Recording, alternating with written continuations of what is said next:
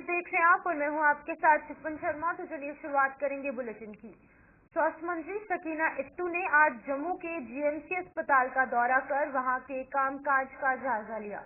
मंत्री ने अस्पताल की ओपीडी के अलावा अन्य विभागों में भी कामकाज की समीक्षा की, जिन्हें कि जीएमसी के प्रिंसिपल और सुपरिटेंडेंट सहित विभिन्न विभागों के प्रमुखों ने वहां के कामकाज से अवगत करवाया। चोपड़ा नर्सिंग होम पर पूछे गए सवाल के जवाब में स्वास्थ्य मंत्री सकीना इट्टू ने बताया कि इसे जल्द शुरू कर दिया जाएगा, लेकिन अस्पताल प्रशासन को इसके रखरखाव का भी खास ख्याल रखना पड़ेगा। और क्या कुछ कहा है इस दौरान सकीना इट्टू ने, जो कि अपने जीएमसी के दौरे पर थी, आप भी सुनिए।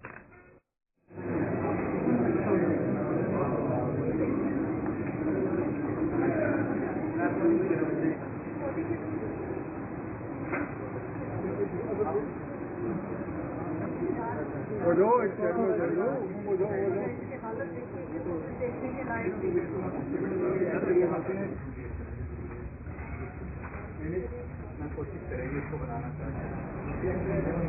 हमारा होगा अपना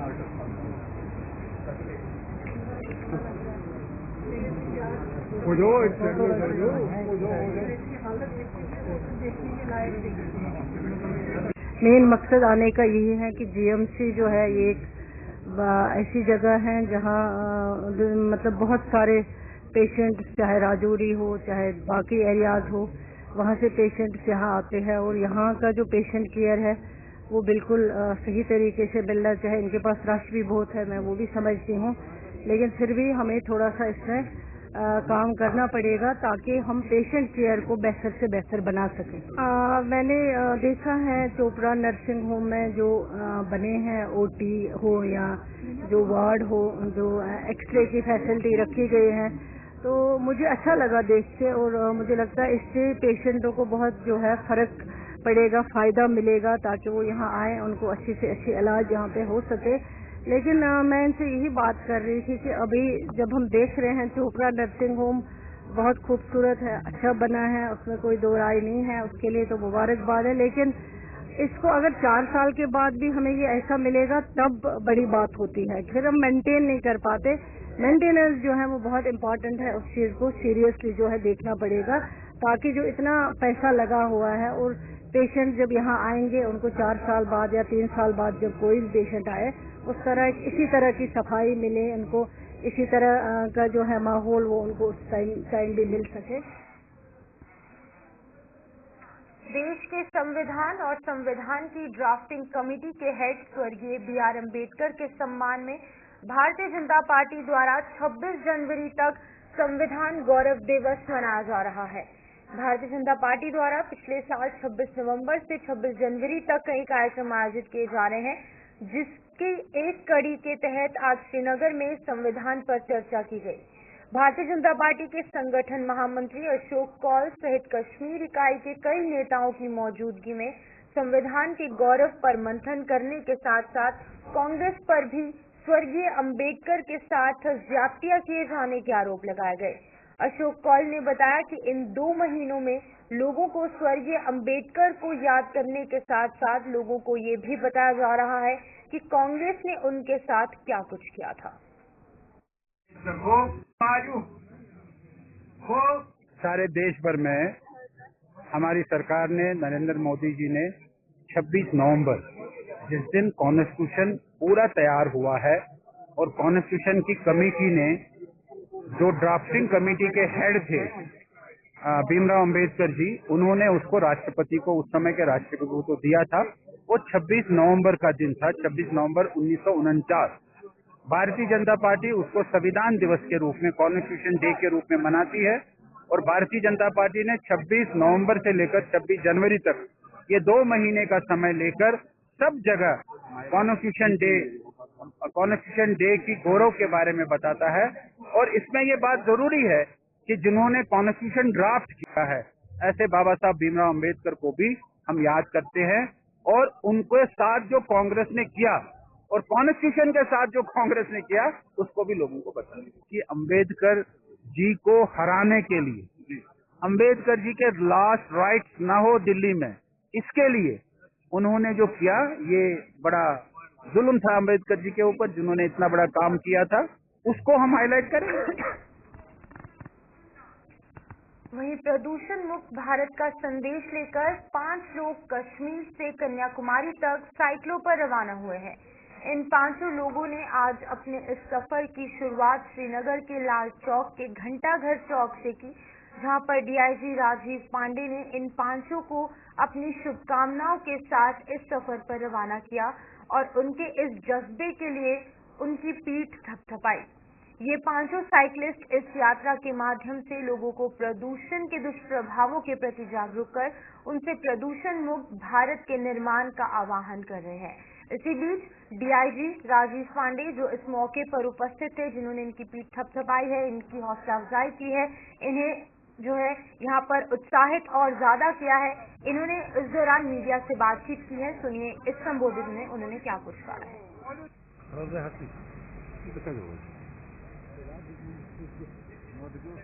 See, first of them, 4-5 days back, they approached me that they want to give the pollution-free India a message from Kashmir by driving down right from Kashmir to Kanyakumari, and that too on their cycle. And when I got to know these people are 2 are senior citizens, right, and all of them are beyond 50. right. So I thought it would be very prudent to encourage them to spread this message across the country, Right. by cycling right down from Lal Chowk to Kanyakumari. Many people have taken this many initiatives from Lal Chowk. This is a historic place. Right. So I would say yes, this will not only encourage youth of Kashmir but the whole of India as well to take. Jammu police ने आज कुछ उन लोगों के चेहरों पर मुस्कान वापस लौटा दी जो कि किन्हीं कारणों से अपने मोबाइल फोन खो चुके थे। पुलिस ने ऐसे 35 मोबाइल फोन बरामद कर आज उनके मालिकों को सौंप दिया। एसपी विवेक शेखर की मौजूदगी में इन फोन मालिकों को बस स्टैंड थाने पुलिस परिसर में बुलाया गया, जहां पर ये उनके हवाले कर दिए गए। जिनको फोन करते जाते वो आते लेते जाते हैं। इस समय का बड़ा अपडेट आप देख सकते हैं, बस्तर पुलिस को बड़ी कामयाबी हाथ लगी है और पहले भी मैंने कई बार कहा है। मैं आपको बताता चलूं, हमारी ईएसयू यूनिट ने, नॉर्थ की ईएसयू यूनिट ने लगभग 35 मोबाइल रिकवर किए। वो उनके राइटफुल ओनर्स को दिए जाएंगे। जैसे आपने कीमत का कहा, कीमत तो हमें नहीं पता, आज की डेट में वीर एंड टीयर होता है, 100 चीजें होती हैं, बट ये चीज है कि आपको खुद ही पता है मोबाइल कितनी कीमती चीज है एक इंसान के लिए। तो मैं यही कहूंगा कि बेस कीमत है ये मोबाइल इस समय, जिनका ये मोबाइल है उनके लिए। ये तो एक चीज है। मैं सोसाइटी में यही कहूंगा कि लोग अपनी राइट को तो मतलब प्रायोरिटी देते हैं, बट साथ में साथ हमें अपनी ड्यूटीज को भी निभाना चाहिए। तो मैं यही कहूंगा कि कभी किसी को ऐसे ही, जैसे मोबाइल को लेकर मैं ये कहूंगा, किसी का मोबाइल मिले तो ज्यादा से ज्यादा कोशिश करें अपने पास के पुलिस स्टेशन में जाके उसको दे आए, ताकि उसके राइटफुल ओनर तक वो पहुंच सके। क्योंकि जैसे मैंने पहले कहा, मोबाइल एक इंसान के लिए बड़ी बेशकीमती चीज है, उसमें इतना डाटा है, उसकी फैमिली की मेमोरीज है, वो चीजें होती हैं। ज्यादातर मोबाइल मिसिंग ही होते हैं, कहीं कोई भीड़ वाले इलाके में गया है, कुछ है तो उसका फोन गिरा होता है या कुछ होता है। ऐसा मतलब चोरी का नहीं हम कह सकते, बट ये है कि रिकवरी हुई है, मिसिंग है, किसी को मिला, उसको नहीं पता है इसका क्या करना है, डिस्पोजल किस तरह से करना है। और इंसान का देखो, कभी भी होगा ना, कभी कोई चीज मिल जाएगी तो वो कहता चलो यार रख लेते हैं, मेरा क्या जा रहा है। तो ये भी एक एजुकेशन हमें इस माध्यम से देना जरूरी है।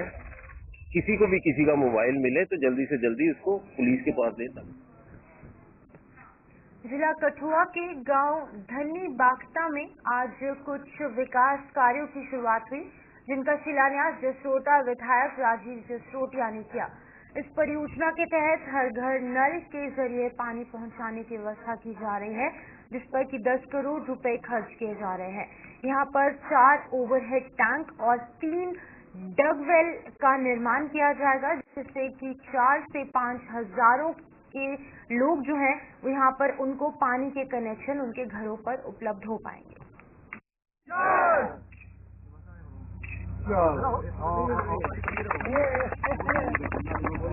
जय श्री राम।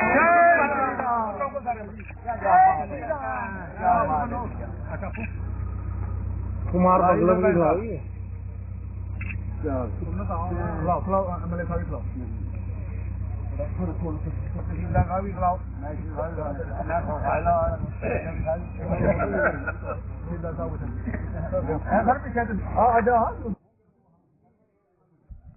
जितने भी आसपास जो विसिनिटी में लोग रहते हैं और विशेष तौर पे इस पंचायत के लोगों को, आम आवाम को बहुत बहुत बधाई पेश करना चाहता हूं कि मोदी साहब, आदरणीय प्रधानमंत्री साहब का जो सपना है हर घर में नल, आज उसका एक शिलान्यास करने का हमने कोशिश की है। और पीएचई डिपार्टमेंट का, इनके पूरी टीम का, तमाम लोगों का मैं बहुत बहुत धन्यवाद करना चाहता हूं कि इस ठंड के मौसम में आज इस उद्घाटन के लिए यहां पहुंचे। मैं इनको बता देना चाहता हूं कि ये जो स्कीम के अंडर लगभग 10 करोड़ रुपए की स्कीम, कल्पना से बाहर का ये दृश्य है। कभी किसी ने सोचा नहीं होगा कि इतने पैसे इस छोटी सी पंचायत को मिलेंगे इस पानी की समस्या को लेकर। लगभग 3 डगबेल और 4 इसके overhead tanks, approximately 400 to 500 houses को कनेक्शन, लगभग 4-5 हजार पॉपुलेशन को इसका लाभ, सीधा लाभ पहुंचने वाला है। और मैं आदरणीय प्रधानमंत्री साहब का बहुत बहुत आभार। जम्मू पश्चिम विधानसभा के विधायक अरविंद गुप्ता ने आज शहर के वार्ड नंबर 12 का दौरा कर वहां करवाए जाने वाले विकास कार्यों का मसौदा तैयार किया। इस दौरान उनके साथ नगर निगम के अधिकारी भी मौके पर मौजूद थे, जिन्होंने उन्हें इस वार्ड की कुछ समस्याओं से अवगत करवाया। विधायक ने बताया कि विकास कार्यों की डीपीआर तैयार हो चुकी है और ये जल्द ही शुरू करवा दिए जाएंगे। उन्होंने स्थानीय लोगों से भी स्वच्छ भारत अभियान का पालन करने का आह्वान किया है।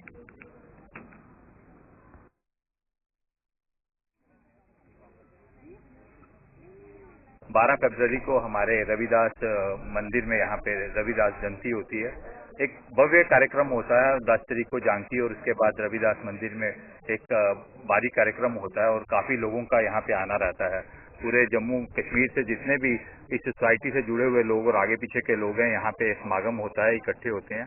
तो उसी को देखते हुए हमने ये एक टूर बनाया था कि यहाँ पे जो लोगों की बेसिक प्रॉब्लम्स हैं, जो छोटी छोटी इमीडिएट रिलीफ हम दे सकते हैं, हम लोगों के बीच में आके उनकी प्रॉब्लम सुने। हमारी कोशिश रहती है कि जो लोगों को बेसिक कम्युनिटीज हैं उनकी प्रोवाइड की जाए। और मैं लोगों से भी अपील करता हूं कि जो थोड़ा सा हम कहते हैं कि स्वच्छ भारत अभियान, और जम्मू भी इंदौर की तरह cleaner city of J&K India बनना चाहिए, उसके लिए थोड़ा सा एफर्ट हमें भी करना पड़ेगा। खाली JMC के ऑफिसर्स या बाकी स्टाफ का डिपेंडेंट नहीं होना चाहिए।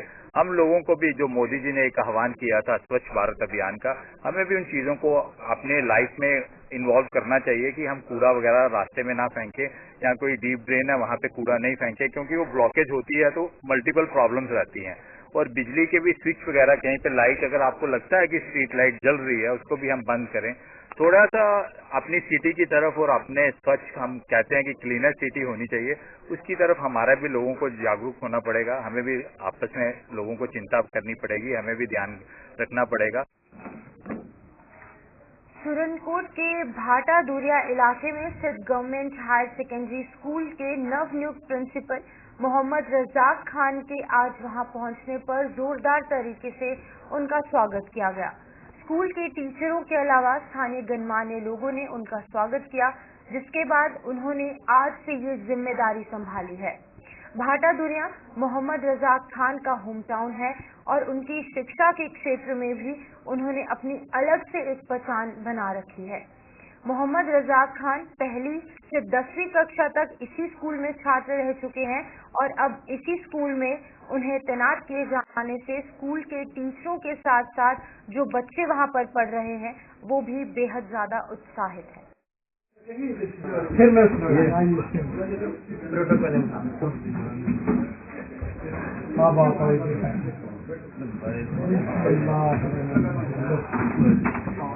बाकी अपने बंदे थोड़े खड़े हो ना, ये भाग में हमारे ये मेरा आबाई स्कूल है। मैंने यहाँ से फर्स्ट से मैट्रिक तक तालीम हासिल की। फिर मेरी फर्स्ट पॉइंट भी यहाँ हुई थी एज ए टीचर। मैंने 25 ईयर सर्विस यहाँ एज ए साइंस टीचर गुजारी। फिर उसके बाद मैं यहाँ से एज ए लेक्चरर चला गया और 20 साल के बाद फिर दोबारा सेकंड टेनियर में यहाँ मैं एज ए प्रिंसिपल आज ज्वाइन हुआ। मैं अपने आप को बहुत खुशकिस्मत समझता हूँ और अपने उस्ताद की बदौलत उन असातिज़ा को आज भी मैं इस तरह से याद करता हूँ जिनकी बदौलत आज मैं इस चेयर पर बैठा हूँ। कहूँगा कि रज़ाक साहब एक बड़े मिलनसार, बड़े हमदर्द और एक बेहतरीन एजुकेशन ऑफिसर हैं। इनमें एडमिनिस्ट्रेटिव स्किल बहुत अच्छे हैं। तो इनकी तैनाती जो है आपने घर के पास एक स्कूल है पाड़ा दुनिया हायर सेकेंडरी स्कूल, यहाँ हुई है। तो इससे सारे साथियों ने पुरजोश इनका इस्तकबाल भी किया। जी फर्स्ट प्राइमरी से 12th तक इनकी एजुकेशन भी यहीं हुई और आज की डेट में लास्ट टेन्योर है इनका, ये रिटायर होने जा रहे हैं 2 साल बाद। तो यहाँ ये एज प्रिंसिपल तैनात हुए।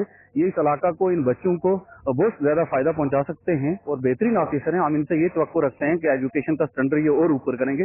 पहले भी ये स्कूल बड़े अच्छे स्कूलों में गिना जाता है। जम्मू यूनिवर्सिटी कैंपस में आज NSUI और अखिल भारतीय विद्यार्थी परिषद यानी कि ABVP में बवाल हो गया।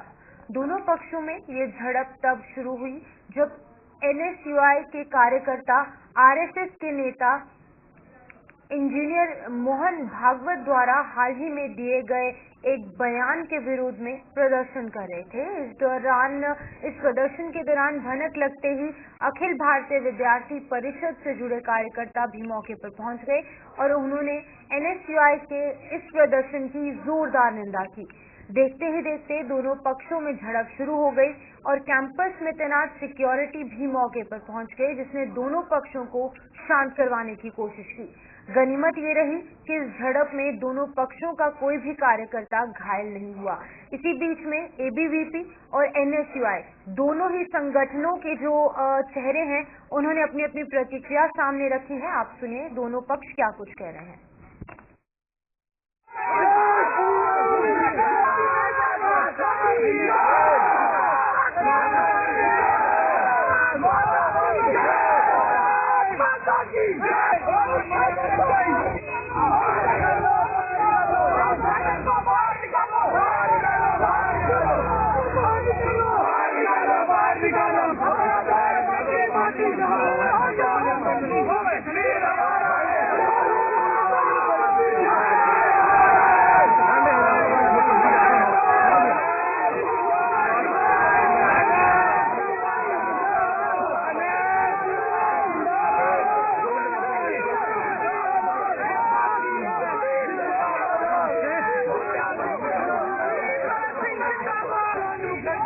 और दूसरा हम लोगों ने प्रदर्शन पूरे देश में NSUI कर दिया। हमने भी प्रदर्शन रखा था, तो इनको अब क्या दिक्कत थी, क्या परेशानी थी कि यहाँ पे आके इन्होंने हमारे प्रदर्शन को खराब करने का काम किया। लेकिन मैं आपको बताना चाहूँगा कि ये मोहन भागवत जी ने जो बयान दिया है वो देशद्रोह है। उन्होंने बोला 2023 में आज़ादी मिली। कैसे जनाब भगत सिंह, सुखदेव, राजगुरु, सुभाष चंद्र बोस, महात्मा गांधी, खुदीराम बोस जैसे जो रणबांकुरों ने जिन्होंने आज़ादी की लड़ाई लड़ी, क्या आप उनका अपमान कर रहे हैं? 47 में जिन्होंने इतनी कुर्बानियां देकर आज़ादी लड़ी, संविधान बनाया बाबा साहब अम्बेडकर ने, आप उसका अपमान कर रहे हैं। 23 में कौन सी आज़ादी आपने, किस आज़ादी की बात करते हैं? हिंदू हूँ, हमने भी जश्न मनाया था पिछले साल जब राम मंदिर की प्राण प्रतिष्ठा हुई थी, लेकिन आप उसको आज़ादी से जोड़े, उसका हमने विरोध किया और विरोध प्रदर्शन के दौरान इन्होंने आ जाके यहाँ पे किया, क्योंकि जो गलत होता है वही छटपट आता है।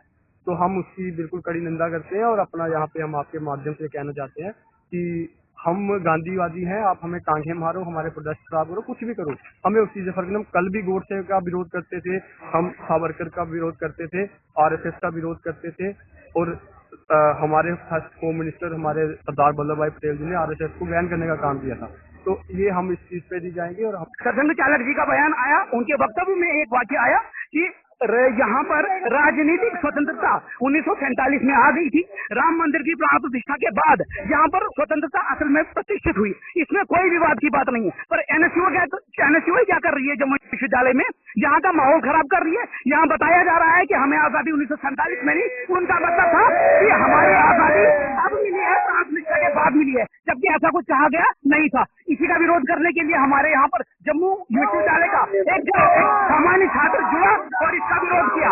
इसमें एनएसयूआई ने हाथापाई करने की कोशिश की, फिर इसका विरोध हमें करना पड़ा। देखिए इसी में स्पष्टता मैं दे दूं आपको, इसमें पुतला हमारी तरफ से नहीं चला, जम्मू विश्वविद्यालय का छात्र देशभक्त छात्र है और इसका ये मतलब इशू जबरदस्ती क्रिएट करने का काम हमारा नहीं है। वो उन्होंने पुतला लाया था, पुतला जलाने का उनका प्रयास था, उनसे पुतला जला नहीं, वही वहां पर बिखर गया। और जम्मू विश्वविद्यालय के प्रशासन को ये ध्यान में रखना चाहिए कि विश्वविद्यालय में अगर पेट्रोल आया, ऐसी गतिविधियां अंदर आग जलाई जा रही है तो वो क्यों जलाई जा रही है, कैसे जलाई जा रही है, इसमें हमारे सुरक्षा कर्मियों को थोड़ा ध्यान देने की आवश्यकता है। हालांकि सुरक्षा कर्मी हमारे बीच थे, उन्होंने बीच बचाव किया, हाथापाई करने से रोका, पर फिर भी एनएसयूआई मान नहीं रही थी, जिसका विरोध हमें करना पड़ा और ये चीज हमने की। और हम ये चाहता थे एनएसयूआई को आगे से कि ऐसा कोई कार्यक्रम, ऐसा कोई विवाद जबरदस्ती का खड़ा ना करें। यही आपसे हमारी क्या रहेगी, ये चेतावनी। वहीं मिनिमम वेजेस एक्ट का लाभ दिए जाने की मांग को लेकर शिक्षा विभाग में सेवाएं दे रहे अस्थायी कर्मचारियों ने जम्मू में आज विरोध प्रदर्शन किया। प्रदर्शन करने वालों में कुक और वो लोग शामिल थे जो नौकरी मिलने की चाह में अपनी जमीनें शिक्षा विभाग को सौंप चुके हैं। इन लोगों के मुताबिक महंगाई के इस दौर में उनके लिए पेट भरना मुश्किल हो रहा है। वहीं स्थायी नौकरी और वेतन न मिलने से वो दरबदर होकर रह गए हैं। लिहाजा मिनिमम वेजेस एक्ट जल्द से जल्द जम्मू कश्मीर में भी लागू किया जाना चाहिए।